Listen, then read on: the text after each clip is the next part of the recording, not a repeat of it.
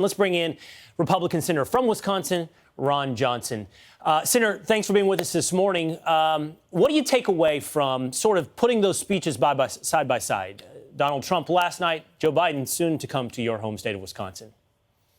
Well, good morning, guys. As I travel around the state of Wisconsin, I'll tell you, I think universally, people are just tired of the division and the hate. I am. It's exhausting. But I'll tell you, folks on our side are also tired of being called semi-fascists. We're tired of being called potential domestic terrorists. This is the classic tactic of the left. They falsely accuse their opponents of doing exactly what they do. President Biden, I was on the platform when he took his oath of office, gave his inaugural speech 8 times. During that speech, he said his number one goal was to unify and heal this nation. He has done the exact opposite. So what I ask folks in Wisconsin is if you love this country, I think most people do. If you're concerned about the direction, if you're concerned about its future, I think most people are. Join us. Join us. Help us heal and unify and save this nation, because the Democrats won't do it. They simply won't. They can't defend their record. I'm in a tough race here in Wisconsin. All the Democrats can do is lie about me, assassinate my character, engage in the politics of personal destruction. Probably the most outrageous lie they're telling now is that I want to cut or end Social Security. Just give that a second of a thought. What elected official would ever want to cut Social Security? It is absurd on its face. This is the third election they've falsely accused me of the exact same thing. I want to save Social Security. We need to stop all this deficit spending. We're $30.8 trillion in debt. But it's just disgusting. It's just exhausting, all this division and hate. But I have to say, it's coming from the left. We're not the dividers. They are. First of all, the Social Security attack is an old one. I remember my husband being accused of that as well, way back in, 2010 or 12.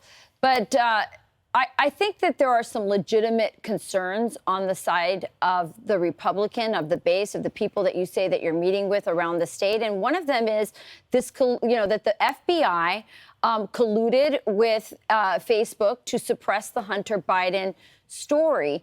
They not only did that and potentially changed the outcome of an election, they smeared you as somebody who was a pawn of Putin, spreading disinformation. Is that affecting your election? It is. Not only did the FBI try and downplay, now we know through whistleblowers that they downplayed the derogatory information on Hunter, but so did those 51 intelligence officials. But the FBI gave me a briefing completely unnecessary. I knew it was a setup.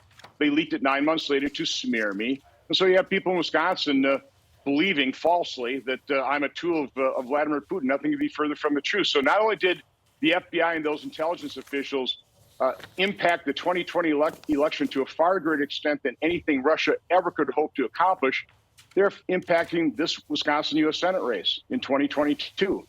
So again, it is a deep state. There are partisan, highly political actors in it. This needs to be exposed. But again, the impact on our politics, this is all coming from the left. It is the left that engaged in 8,000 protests, 570 of those turned into riots, 2,000 law enforcement officials injured, a couple $1 billion worth of property damage, a couple dozen people killed. And yet all the left, all the news media wants to talk about is January 6th, which we all condemned. We all condemned January 6th. Where's the condemnation on the riots that took so many lives, including 3 days of rioting here in Kenosha, which, by the way, my Senate opponent stoked those riots by saying that the police were engaged in a vendetta against this individual. Again, the left falsely accuses us of doing exactly what they do. Yeah, and they certainly can't defend their record. So politically, they believe it's expedient.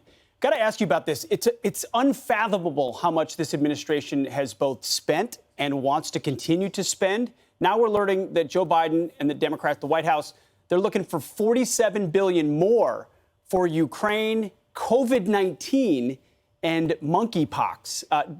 Tell us about $13.7 billion for Ukraine, $7.1 billion for we're still talking about PPE and billions for that. $8 billion for vaccine research, $2 billion for COVID testing programs, $4.5 billion to fight monkeypox. What is this latest spendapalooza? Well, understand that prior to the pandemic, we were spending about $4.5 trillion at the federal government. The last few years, over $6 trillion. This year, talking close to $6 trillion. There ought to be enough money there to take care of all these needs, but the Democrats passed a $1.9 trillion partisan COVID relief package. There's hundreds of billions of dollars of that left unspent. Now they just passed a bill that will spend about $369 billion on their new Green Deal fantasy. Those will be a bunch of boondoggles. So if they want to spend some more money on things, they need to start prioritizing spending, start rescinding some of this boondoggle spending, and prioritize the spending. That'd be my first requirement. Yeah, I've lost track. I have too, and there's just so much grift out there. I mean, from the testing, the COVID testing, to all of the the PPE. There was a lot of fraud in there. It's just such a disrespect for our money that so many people work so hard and get taxed on. Senator Johnson, so great to see you here. Good luck with your race. We'll have you back. Thank you. Ron Johnson for Senate.com. I'm going to need a lot of help.